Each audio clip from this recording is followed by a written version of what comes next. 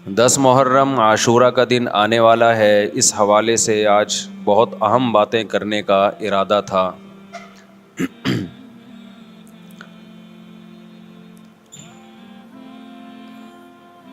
محرم میں کیا کرنا چاہیے، کربلا کا واقعہ اصل ہے کیا؟ کربلا کے واقعے پر تو میں ایک پورا بیان چند سال پہلے ریکارڈ کروا چکا ہوں، لیکن اس واقعے سے اہم سبق کیا ملتے ہیں؟ محرم میں ہم کون سے ایسے کام کر رہے ہیں جس سے ہم اللہ کے غضب کے مستحق ٹھہر رہے ہیں؟ یہ چند باتیں ہیں جس پر انشاءاللہ آج میں بات کروں گا۔ اللہ تعالی ہم سب کو عمل کی توفیق عطا فرمائے اور حق کہنے کی توفیق عطا فرمائے۔ دیکھو، ایک بات خوب اچھی طرح سمجھ لو، اسلام 1400 سال پہلے مکمل ہو چکا ہے۔ کسی واقعے کی وجہ سے اسلام کو تبدیل نہیں کیا جاتا، بلکہ اسلام کی روشنی میں اس واقعے کے جو تقاضے ہیں ان پر عمل کیا جاتا ہے۔ ہمارے ہاں ہو یہ رہا ہے، واقعات کی بنیاد پہ مسائل نکالے جا رہے ہیں۔ 10 محرم کا دن سیدنا حسین ابن علی رضی اللہ عنہ کی شہادت سے پہلے بھی عظیم تھا، اور سیدنا حسین ابن علی رضی اللہ عنہ کی شہادت کے بعد بھی عظیم دن ہے۔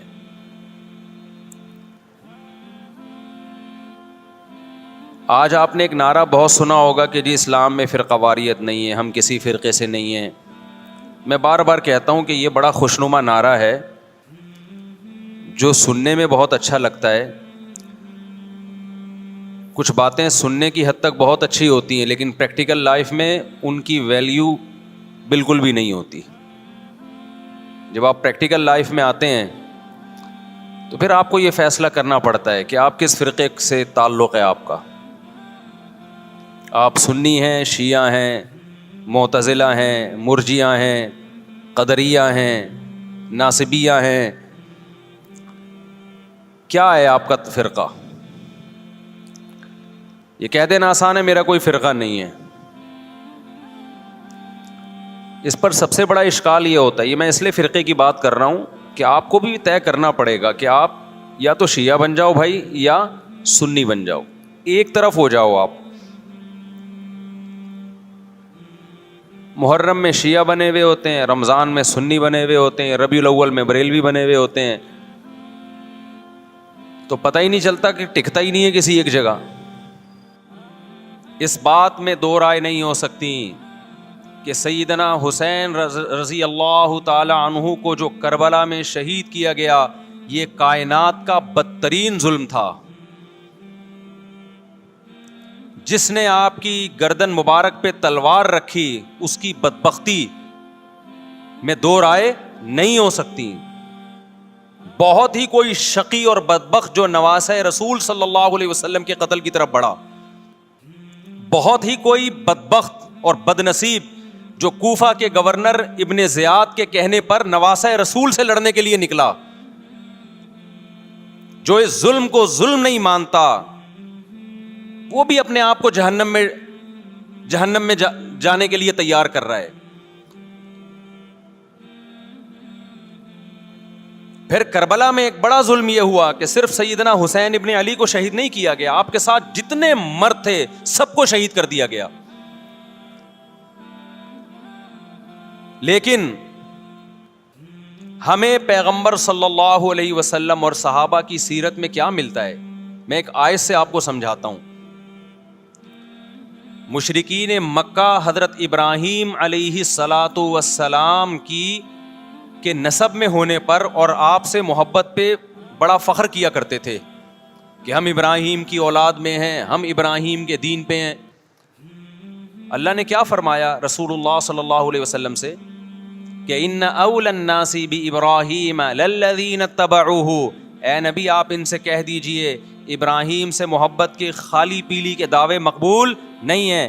ابراہیم کے زیادہ حقدار وہ ہیں جو ابراہیم علیہ السلام کی اتباع کرتے ہیں, اور یہ پیغمبر اور صحابہ یہ ابراہیم علیہ السلام کے دین کو فالو کرتے ہیں, اور تم ابراہیم کے دین کو فالو نہیں کر رہے, ان سے محبت کے دعوے دار ہو. تو خالی محبت کے دعوے داری اللہ کے ہاں مقبول نہیں ہے. اللہ کے ہاں وہ محبت کی دعوے مقبول ہیں جس میں آپ محبوب کو فالو کر رہے ہوں. سیدنا حسین ابن علی رضی اللہ تعالی عنہ جو جنت کے جوانوں کے سردار ہیں, آپ سے محبت کا دعویٰ اس وقت مقبول ہوگا جب آپ سیدنا حسین کی سیرت کو فالو کریں گے. رونا پیٹنا ماتم کرنا یہ سیدنا حسین اور اہل بیت کی سیرت نہیں ہے. صبر کرنا, ظالم کے سامنے ڈٹ جانا, جان کے خوف سے اپنی پالیسیوں سے پیچھے نہ ہٹنا, یہ سیدنا حسین ابن علی رضی اللہ عنہ کی سیرت ہے جو آج ہمیں کہیں بھی نظر نہیں آتی.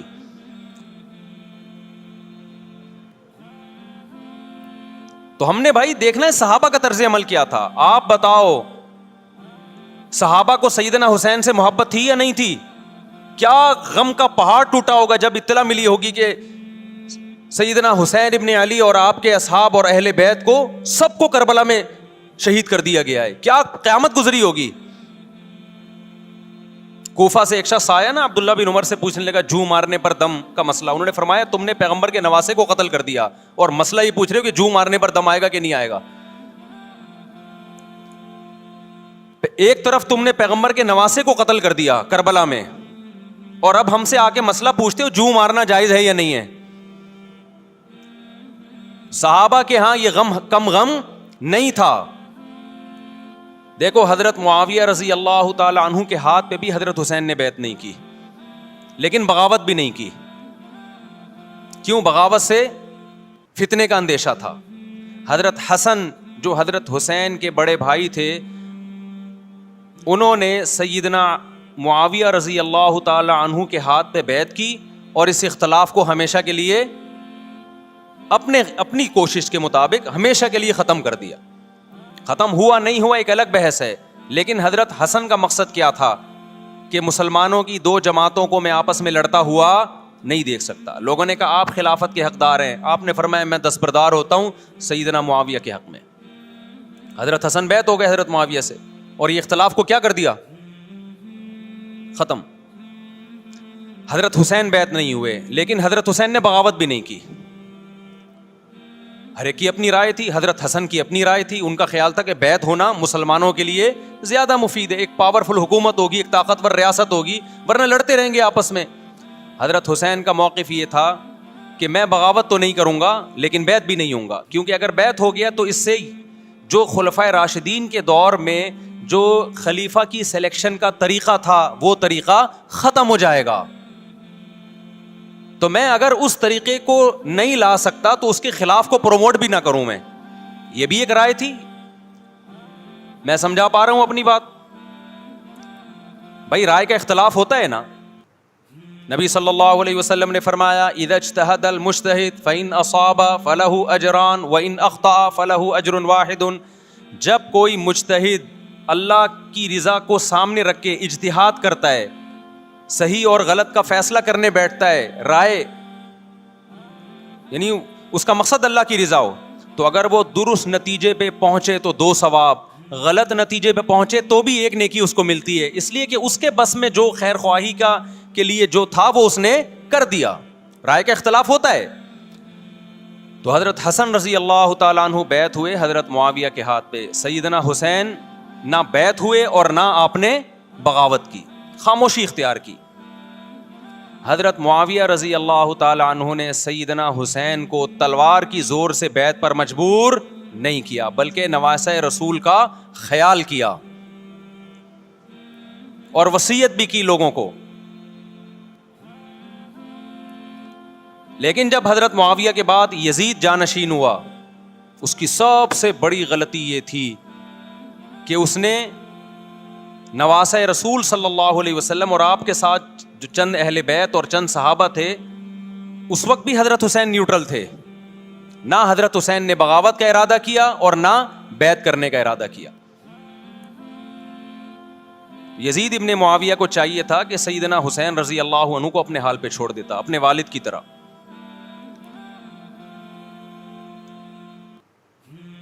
حضرت حسین رضی اللہ تعالیٰ عنہ کو جب کوفہ سے خطوط آئے, یہ میں وضاحت اس لیے کر رہا ہوں کہ حضرت حسین بغاوت کے لیے نہیں نکلے تھے, اس مسلمان حاکم کے خلاف بغاوت کے لیے نہیں نکلے تھے, کیونکہ رسول اللہ صلی اللہ علیہ وسلم کی بہت ساری صحیح حدیث ہے اس بارے میں کہ جو باغی ہے, جو ریاست کے خلاف بغاوت کرتا ہے, اس کو نبی صلی اللہ علیہ وسلم نے اس عمل کو پسند نہیں کیا. تو حضرت حسین رضی اللہ تعالیٰ عنہ کو کوفہ سے خطوط آئے کہ یہاں سارے کے سارے لوگ آپ کے ہاتھ پہ بیعت کرنے کے لیے تیار ہیں.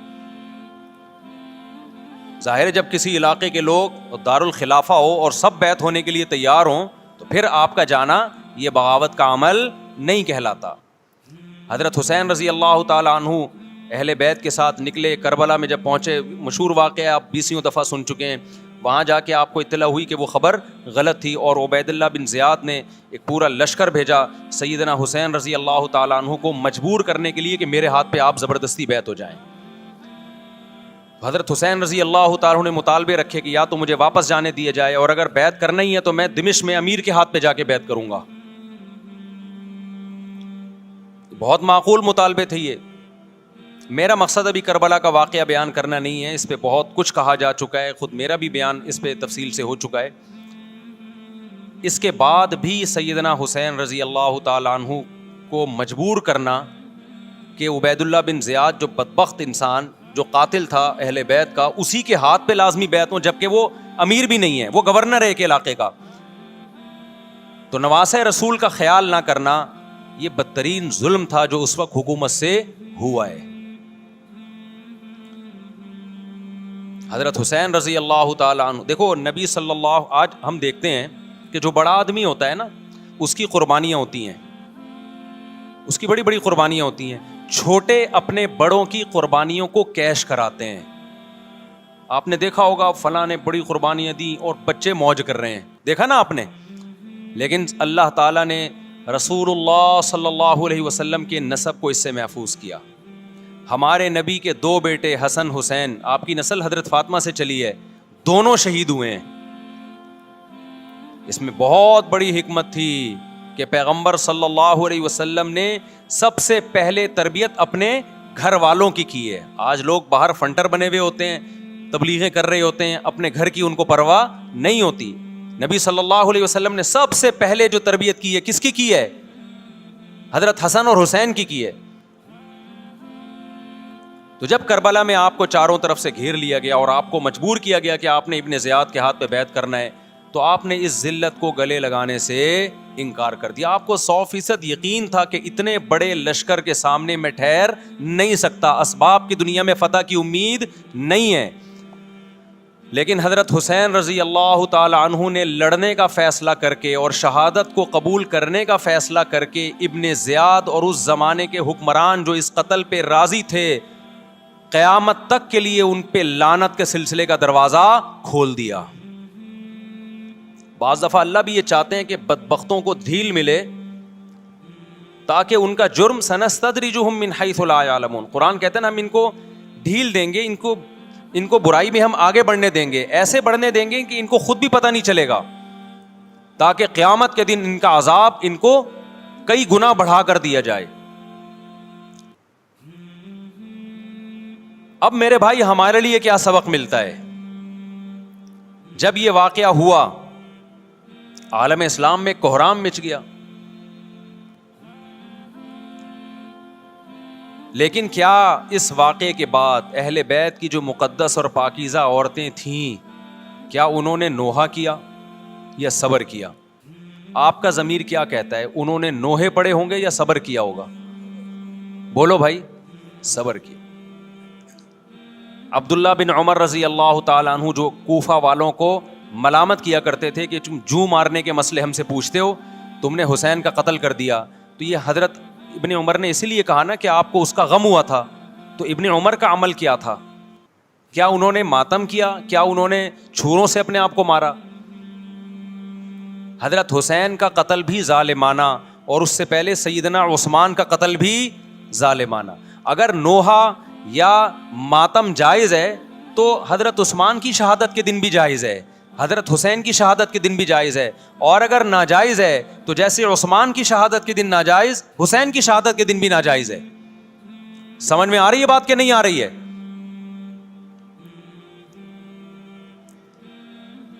قرآن کیا کہتا ہے ایسے مواقع کے بارے میں؟ تلک امۃ قد خلت لہا ما کسبت ولکم ما کسبتم.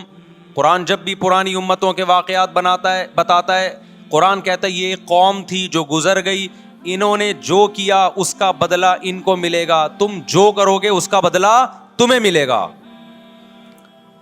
تو ہمیں اللہ نے اس واقعے میں بھی بتا دیا کہ سیدنا حسین کا واقعہ, کربلا کا واقعہ جب سنا کرو تو یہ سوچا کرو یہ قوم تھی جو گزر گئی, جس نے اچھا کیا, حسین ابن علی نے اچھا کیا, ان کو اس اچھائی کا بدلہ ملے گا. اور جو حضرت حسین کے قتل کے حضرت سیدنا حسین کے مبارک خون سے جن کے ہاتھ آلودہ ہوئے, کیونکہ قتل کیا نا انہوں نے, تو لہا ما کسبت, ان کو اس ظلم کا بدلہ بھی ملے گا. تو ہمارا کام کیا ہے؟ ہم نے فالو کرنا ہے حسین کے راستے کو, نہ کہ حسین کے نام پہ ہم نے ماتم کرنے ہیں. حسین کا راستہ کیا ہے جس کو ہم نے فالو کرنا ہے؟ اب میں چند چیزیں آپ کو بتاتا ہوں. سب سے پہلا سبق جو ہمیں کربلا میں ملتا ہے کہ عزت اور دین, ایک طرف دنیا ہے. دیکھو اگر حضرت حسین رضی اللہ تعالیٰ عنہ ابن زیاد کے ہاتھ پہ جا کے بیعت ہو جاتے, آپ کیا سمجھتے ہو بے تحاشا مال و دولت حضرت حسین پہ خرچ نہیں کرتا کیا وہ؟ جب ایک بڑا آدمی کسی کے ہاتھ پہ بیعت ہوتا ہے تو اس کو بھی تو فائدہ ہوتا ہے نا اس سے. اور کیا حضرت حسین کو یقین نہیں تھا کہ کربلا میں شہید ہو جاؤں گا؟ فتح اور نصرت کی اسباب کی دنیا میں کوئی امید نہیں تھی, مگر آپ نے اہل بیت کو کربلا میں رسوا کرنے پر عزت کی موت کو ترجیح دی ہے. آج اگر آپ میں یہ ظرف ہے کہ آپ عزت کی موت کو ذلت کی زندگی پر ترجیح دیتے ہو تو پھر آپ حسینی ہو. نہیں آئی بات میرا خیال ہے سمجھ. سیدنا حسین کی سخاوت کے واقعات ہیں. سیدنا حسین باغی نہیں تھے رضی اللہ عنہ. پھر جو اہل بیت کا طرز عمل کیا تھا, محرم میں کیا کیا ہو رہا ہے میں آپ کو بتاتا ہوں. ان میں سے کوئی بھی عمل نہ ہمیں قرآن سے ملتا ہے نہ صحابہ سے ملتا ہے ہمیں. تو ما انا علیہ و اصحابی جو جنتی فرقہ ہوگا اس کی جو علامتیں ہیں, تو جب آپ ان علامتوں کے خلاف چلو گے, صحابہ اور تابعین کو فالو نہیں کرو گے, تو آپ پھر اپنے آپ کو سنی کہنا چھوڑ دو. آپ بتاؤ مجھے اسلام میں کوئی مہینہ منحوس ہے؟ بولو نا, کوئی مہینہ منحوس ہے؟ تو آپ محرم کو منحوس کیوں کہتے ہو؟ لوگ مجھے کہتے ہیں مفتی صاحب فرقہ واریت پھیلا رہے ہیں. دیکھو فرقہ واریت جب پھیلا رہا ہوں جب میں کسی فرقے کے خلاف آپ کو کر رہا ہوں. میرے بیان شیعہ لوگ بھی سنتے ہیں, ملتے بھی ہیں. بہت دفعہ ایئرپورٹ پہ ملاقات ہوئی, بڑی عزت سے ملے, میں شیعہ ہوں لیکن آپ سے محبت کرتا ہوں. یہاں مسجد میں بھی آتے ہیں, میں نے کبھی کسی پہ طنز نہیں کیا. اس لیے میں بار بار کہتا ہوں جو شیعہ کا مذہب ہے اس کو کرنے دو. وہ سبیلے لگاتے ہیں, آپ ان کو مت چھیڑو, جا کے تنگ نہ کرو ان کو. وہ ماتم کرتے ہیں, آپ ان کو مت چھیڑو. وہ نوحے کرتے ہیں, وہ نوحے پڑھتے ہیں, آپ ان کو مت چھیڑو. لیکن آپ اپنی پوزیشن واضح کرو کہ آپ شیعہ ہو یا آپ سنی ہو. آپ تو ایک طرف ہو جاؤ نا. محرم میں اگر آپ مرثیے لگا کے گھوم رہے ہو گاڑیوں میں, اٹ مینز آپ سنی نہیں ہو. آپ نبی صلی اللہ علیہ وسلم کی حدیث ہے ہمارے پاس, ہم اہل سنت والجماعت ہیں, ہم سنت کو فالو کرتے ہیں. تو سنت کیا کہتی ہے؟ میتوں پہ گریبان چاک کرنا, میتوں پہ چیخ و پکار کر کے رونا. آپ نے فرمایا لیس منا, وہ ہم میں سے نہیں ہے. اور اس عمل پہ آپ صلی اللہ علیہ وسلم نے لعنت فرمائی ہے. لوگ کہتے ہیں حسین کی یاد میں رونا نبی کی سنت ہے. نبی صلی اللہ علیہ وسلم کو جب جبریل نے بتایا کہ حسین شہید ہوں گے, آپ روئے, اس لیے کہ اس وقت آپ کو یہ خبر ملی تھی. لیکن کیا ہر محرم میں آپ نے رونے کا پروگرام کیا ہے, یا صحابہ کو بیٹھ کے باقاعدہ رلایا ہے آپ نے؟ کیا ہو گیا بھائی؟ آپ کو بھی جب کربلا کا واقعہ کی خبر ملی آپ کی آنکھوں میں آنسو آ جائے، یہ نیچرل ہے، یہ حسین سے محبت کی علامت. لیکن ہر محرم میں باقاعدہ بٹھا کے رونے کا پروگرام کرنا یہ حسین سے محبت کی علامت نہیں ہے، بلکہ شریعت میں ناجائز ہے یہ غموں کو بڑھانا. یہ کہاں سے جائز ہو گیا؟ حضرت عثمان بھی تو شہید ہوئے تھے، نبی صلی اللہ علیہ وسلم کے داماد تھے، ان کی یاد میں آپ رونے کو سنت کیوں نہیں کہتے؟ ہماری نظر میں حسین کا قتل بھی بہت بڑا ظلم اور سیدنا عثمان کا قتل بھی بہت بڑا ظلم تھا. دونوں مظلوم تھے، دونوں مظلوم شہید تھے، ہمیں دونوں کی شہادت پہ غم ہے، لیکن اب اس غم کو مناتے نہیں ہیں. اسلام میں غم منانا سنت نہیں ہے. دیکھو جعفر طیار رضی اللہ عنہ، نبی کے چچا زاد بھائی، اہل بیت، جب آپ صلی اللہ علیہ وسلم نے ان کو لڑائی کے لیے میدان جنگ میں بھیجا، رومیوں سے لڑائی تھی، حضرت جعفر طیار کی 4 بیویاں تھیں. جب نبی صلی اللہ علیہ وسلم مسجد نبی میں بیٹھے، آپ کو فرشتوں نے اطلاع دی کہ جعفر طیار شہید ہو گئے. آپ صلی اللہ علیہ وسلم کی آنکھوں سے آنسو. یہ آنسو اس وقت نکلے جب عین شہادت کی اطلاع ملی ہے، اس وقت آنسوؤں کا نکلنا محبت کی علامت ہے. آپ نے صحابی رسول کو بھیجا کہ جاؤ آپ کی زوجات کو، بیویوں کو جا کے خبر دو کہ جعفر طیار شہید ہو گئے. کیا قربانی تھی صحابہ کی، آپ دیکھو ایسے جوان تھے جعفر طیار، خوبصورت جوان. غزوہ بدر میں جب مشرکین مکہ نے یہ نعرہ لگایا کہ حل میں مبارز، 3 سردار آئے، انہوں نے کہا پہلے تمہارے اندر سے 3 بہادر آئیں ہم سے لڑیں. دیکھو عربوں میں یہ ہوتا تھا کہ جب جنگ کے لیے 2 فوجیں آمنے سامنے کھڑی ہوتی تھیں تو پہلے دونوں طرف کے بہادر ترین لوگوں کی لڑائیاں ہوتی تھیں کہ جب تک دونوں میں سے ایک قتل نہیں ہوگا لڑائی شروع نہیں ہوگی. تو آپ کو پتا ہے کہ اس میں بہادر ترین لوگ نکلیں گے نا جو لڑنا جانتے ہوں. مشرکین مکہ کی طرف سے 3 یا 4 بڑے بڑے سردار آئے لڑائی سے پہلے، بدر میں لڑائی سے پہلے. انہوں نے نعرہ لگایا حل میں مبارز، کوئی ہے تم میں جو پہلے ہم سے لڑے.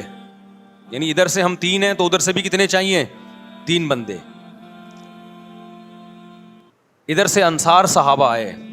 مشرکین مکہ نے کہا لیسو باکفائنا، یہ ہمارے جوڑ کے نہیں ہیں، قریشی ہاشمی چاہیے ہمیں، ہمارے نسب کے لوگ ہونے چاہیے.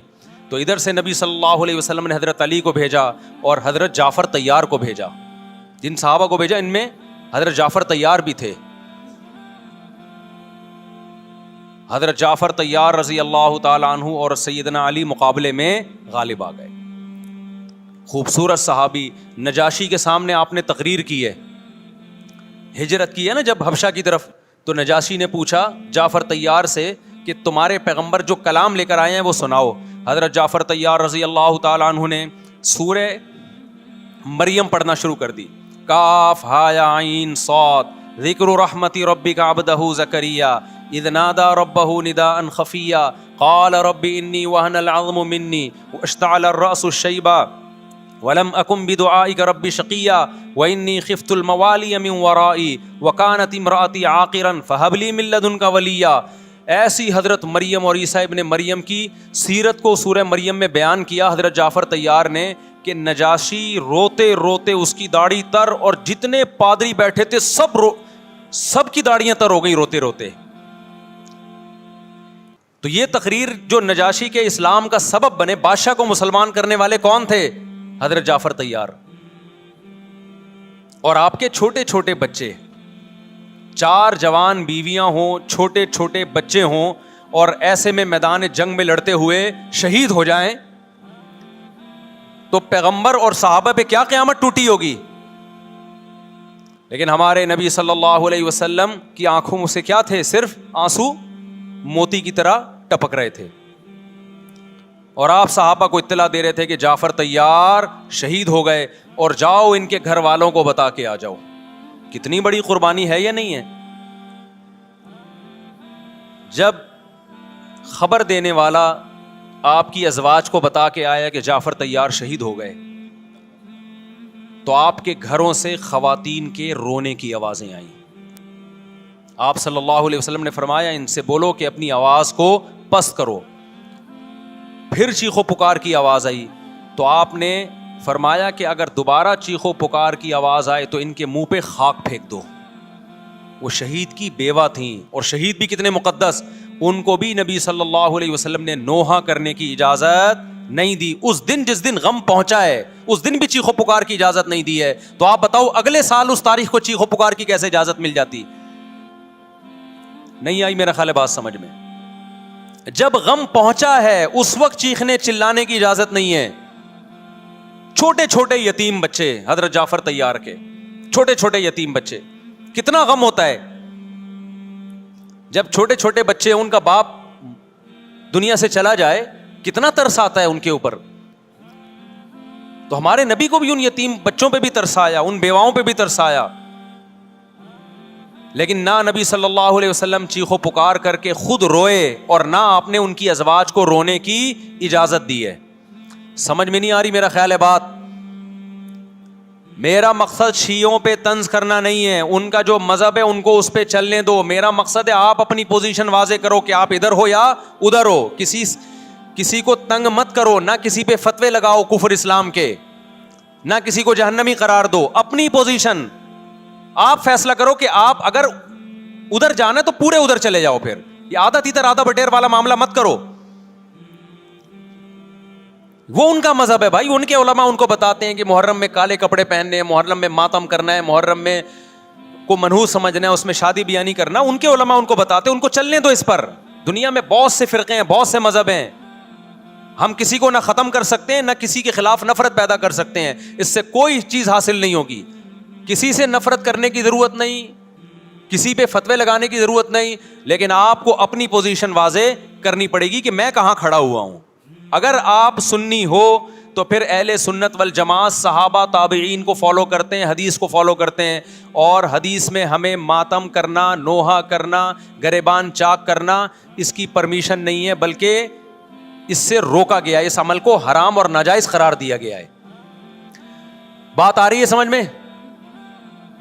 باقی جو شیعہ حضرات کرتے ہیں, ہمارے دوست ہیں شیعہ, میں مذاق میں نہیں کہہ رہا, ملتے ہیں ہم سے, میں کبھی ان سے مذہب کے ٹاپک پہ بات نہیں کرتا, نہ ان کو کبھی چھیڑتا ہوں کہ آپ یہ کیوں کر رہے ہو, یہ کیوں نہیں کر رہے. بھائی اس کا مذہب ہے, وہ اس کا فرقہ ہے, جو کرنے دو اس کو, ہم نہیں کرتے, کیونکہ ہم اہل سنت والجماعت میں. سمجھ میں آ رہی ہے بات کہ نہیں آ رہی؟ پھر ربیع الاول کا مہینہ آئے گا, اس میں بھی آپ اپنی پوزیشن واضح کرو کہ آپ ادھر ہو یا ادھر ہو. دو فرقے ہیں, دیوبندی بریلوی. میں نہیں کہہ رہا کہ کون جنتی کون جہنمی, لیکن بر صغیر میں جن کو دیوبندی کہا جاتا ہے وہ نظر و نیاز تیجے 40 میں کے قائل بولو نہیں ہے. یہ ان کی کتابوں میں لکھا ہوا ہے, وہ اس کے قائل نہیں. اگر کوئی بزرگ ان میں قائل گزرا بھی ہے تو وہ اس کا ذاتی تفرد ہے, اس کو علماء نے فالو نہیں کیا, اس کو ان کی اجتہادی غلطی قرار دیا ہے. ربیع الاول میں جلوس نکالنا یا مزار بنانا یا مزاروں پہ جانا اس نیت سے کہ وہاں جا کے ہم کوئی قوالی پڑھیں گے یا کچھ بھی, ہمارے ہاں قبرستان جانا صرف اس لیے ہے کہ آخرت کی یاد تازہ ہو, بس. اس کے علاوہ اور کوئی کانسیپٹ نہیں ہے. ہمارے ہاں قبر ایک بالش سے زیادہ اونچی بنانا جائز بولو نا نہیں ہے. قبر پکی کرنا جائز نہیں ہے. تیجے 40 کرنا جائز بولو نہیں. آج ایک صاحب آئے, کہنے لگے میری ساس کا 40واں ہے, فجر میں کہنے لگے مجھے, کہہ رہے میں نہیں گیا تو بڑا مسئلہ ہو جائے گا. میں نے کہا بھائی ایک فیصلہ کرو, گرین چینل یا وائٹ چینل, ایک طرف ہو جاؤ بھائی, کیونکہ وائٹ چینل میں یہ جائز نہیں ہے, نہ 40واں نتیجہ ہے. اب لوگ مذاق اڑاتے ہیں, مر گیا مردود نہ فاتحہ نہ درود. بھائی کچھ بھی کہتے رہو تو پھر پورے ادھر کو ہو جاؤ, یا تو پورے وائٹ ہو جاؤ یا پورے کیا ہو جاؤ, پورے گرین ہو جاؤ. پھر تیجا بھی کرو, 40واں بھی کرو, برسی بھی کرو, اور پھر اس کے بعد جھنڈے بھی لگاؤ ہرے رنگ کے. میں نہیں کہہ رہا دیوبندی صحیح ہے یا بریلوی صحیح ہے, دیکھو میں یہ بحث نہیں کر رہا, میری بات کو غلط نہ لے کے جانا. میں کہہ رہا ہوں آپ اپنی پوزیشن واضح کرو, صحیح غلط تو اگلا مرحلہ ہے. آپ کیا ہو, آپ کو تو یہی نہیں پتا چل رہا. آپ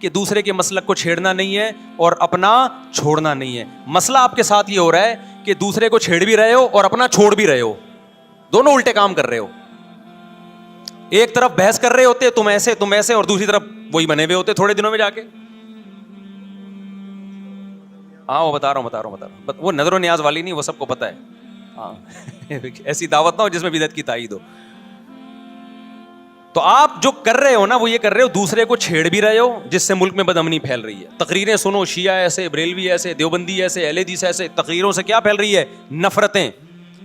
اور پھر محرم میں آپ خود شیعہ بنے ہوئے ہوتے ہو, ربیع الاول میں آپ گرین چینل بنے ہوئے ہوتے ہو, اور رمضان میں آپ وائٹ چینل بنے ہوئے ہوتے ہو. سعودی عرب میں سارے وائٹ ہو جاتے ہیں جا کے. سعودی عرب جو بھی جاتا ہے سارا وائٹ چینل. پیغمبر کی قبر پہ کوئی دھمال نہیں, کوئی قوالیاں نہیں, وہاں کھڑے ہوں گے تمیز سے سلام پیش کر کے آگے نکل جائیں گے. وہاں کوئی چیخو پکار نہیں, وہاں جا کے سارے کیا ہو جاتے ہیں؟ وائٹ, کیونکہ وہاں حکومت کا ڈنڈا ہے. ٹھیک ہے نا, تو گورنمنٹ کے پاس تو یہ اختیار ہے بھائی ڈنڈا چلائے, ہمارے پاس یہ اختیار نہیں. ہم تو تمیز سے بات کریں گے, سمجھائیں گے, محبتیں پھیلائیں گے, کیونکہ جب عوام ڈنڈا چلاتی ہے تو اس سے اصلاح کم اور فساد زیادہ ہوتا ہے. تو میں بار بار کہہ رہا ہوں بھائی دوستیاں رکھو, کوئی دفتروں میں شیعہ سنی لڑائی نہ ہونے دو, یہ غلط ہے. محبتیں پھیلاؤ لیکن مسلک کو چھوڑنا نہیں ہے. جب کوئی آپ سے کہے محرم میں یہ کام کرو, بولو بھائی ہم چونکہ اہل سنت والجماعت میں سے ہیں, ہم چونکہ سنی ہیں, لہذا ہمارے ہاں کوئی مہینہ ہمارے مذہب کے مطابق منحوس نہیں ہے. پھر کوئی آپ کو اصرار کرے نہیں ہے, آپ بولو بھائی ہم تم پہ اپنا مسلک تھوپ رہے ہیں کیا؟ تم جلوس نکالتے ہو, تم ماتم کرتے ہو, ہم تو نہیں تمہیں روکتے آ کے, بلکہ گورنمنٹ تمہیں تحفظ دیتی ہے, سیکیورٹی دیتی ہے گورنمنٹ تمہیں. تو جب ہم اپنا مسلک تم پہ نہیں تھوپتے تو تم اپنا مسلک ہم پہ کیوں تھوپ رہے ہو بھائی؟ تو ہم محرم میں بھی شادی کریں گے, ربیع الاول میں بھی کریں گے, سفر میں بھی کریں گے, رمضان میں بھی کریں گے. ہم نے تو 4 کرنی ہے. ہم مہینوں کے حساب سے شروع کر دیں تو پھر ہمارے تو بڑے مسئلے ہو جائیں گے بھائی. سمجھ میں آ رہی ہے بات کہ نہیں آ رہی؟ حضرت جعفر طیار اہل بیت میں سے تھے, کتنی زوجات تھیں؟ 4 تھیں. حضرت علی کی کتنی تھیں ایک وقت میں؟ حضرت فاطمہ کے دنیا سے جانے کے بعد 4 تھیں. یہ بھی ہے سنت میں, نکاح کو فروغ دو, یہ اہل بیت کا طریقہ ہے تاکہ سوسائٹی میں زنا کم ہو, بیوہ طلاق یافتہ عورتوں کو ٹھکانہ ملے. خیر, تو اب میں بات سمیٹ کے ختم کر رہا ہوں. لوگ کہتے ہیں محرم میں ہم نکاح کیوں کریں بھائی, فرض واجب تو نہیں ہے نا, چلو حرام نہیں ہے لیکن فرض بھی تو نہیں ہے نا. لوگ یہ بھی کہتے ہیں, دیکھو جب قرآن نے کسی چیز کو حلال قرار دیا ہو نا تو قرآن اس کو پسند نہیں کرتا کہ آپ عملاً اس کو حرام کر دو.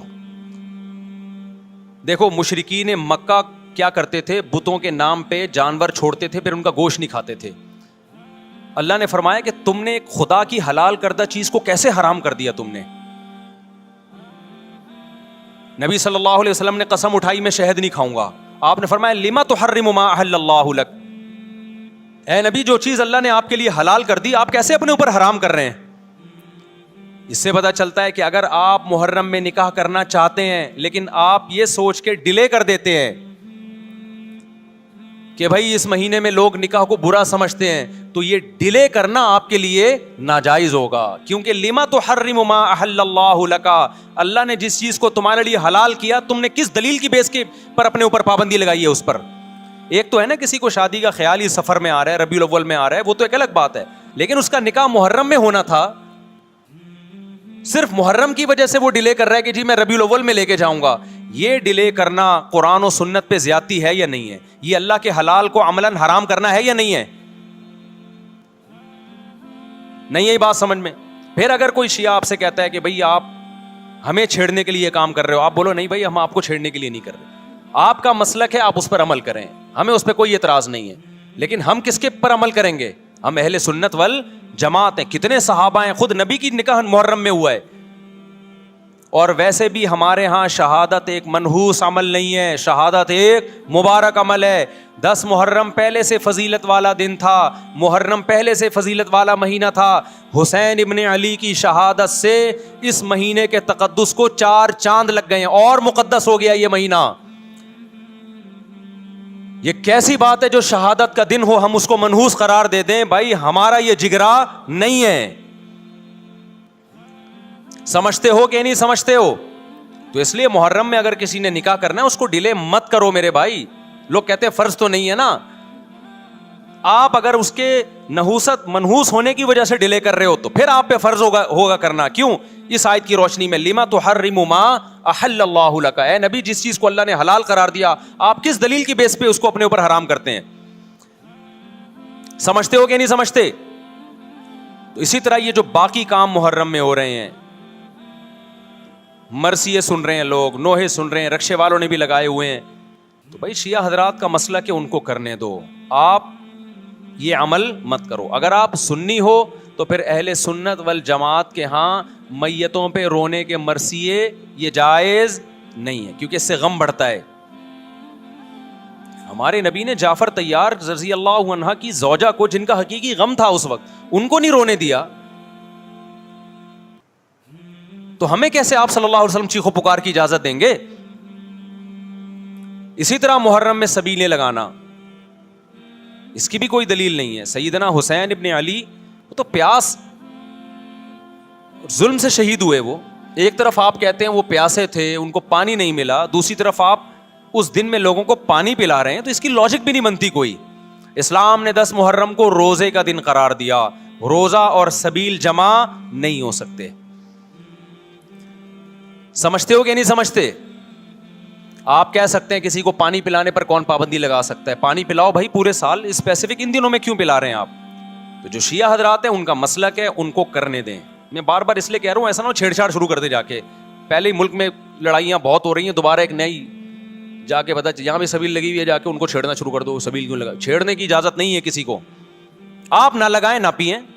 بولے بھائی ہمارے لیے محرم ایسا ہے جیسے دوسرے مہینے ہوتے ہیں. 4 مہینے محترم ہے، محرم، رجب، ذی قعدہ، ذی الحجہ. تو جتنا ذی قعدہ ذی الحجہ ہے اتنا ہی محرم اور رجب ہے. تو جیسے ان مہینوں میں نارمل رہتے ہو ان میں بھی ہم نے ایسے ہی رہنا ہے. سمجھتے ہو کہ نہیں سمجھتے ہو؟ اور حلیم کی دیگیں مت پکاؤ محرم کی راتوں میں. حلیم کھا سکتے ہو جب چاہو، اس خاص ان دنوں میں. اور ویسے بھی جو لوگ پوری رات حلیم کے دیگڑے میں گھوٹے لگاتے ہیں صبح روزہ نہیں رکھتے ہو. کیا خیال ہے؟ جب آپ پوری رات دیگڑے میں گھومتے رہو گے، دیکھا نہیں یہ پوری رات دیکھ کے اندر گھومتے رہتے ہیں جیسے موت کے کنویں میں نہیں بائک چلاتا بندہ، تو صبح روزہ رکھے گا ایسا آدمی؟ تو یہ ساری چیزیں آپ کو اس کام سے روکتی ہیں جو سنت سے ثابت. تو اللہ تعالی ہمیں محرم میں وہ کچھ کرنے کی توفیق عطا فرمائے جس کی ہمیں اللہ، اس کے رسول اور صحابہ نے پرمیشن دی ہے، اور ان تمام باتوں سے اللہ ہمیں بچنے کی توفیق عطا فرمائے جس سے اللہ، اس کے رسول اور صحابہ نے ہمیں بچنے کا حکم دیا ہے. اللہ تعالیٰ سمجھنے کی، عمل کی توفیق عطا فرمائے. وما علینا الا البلاغ.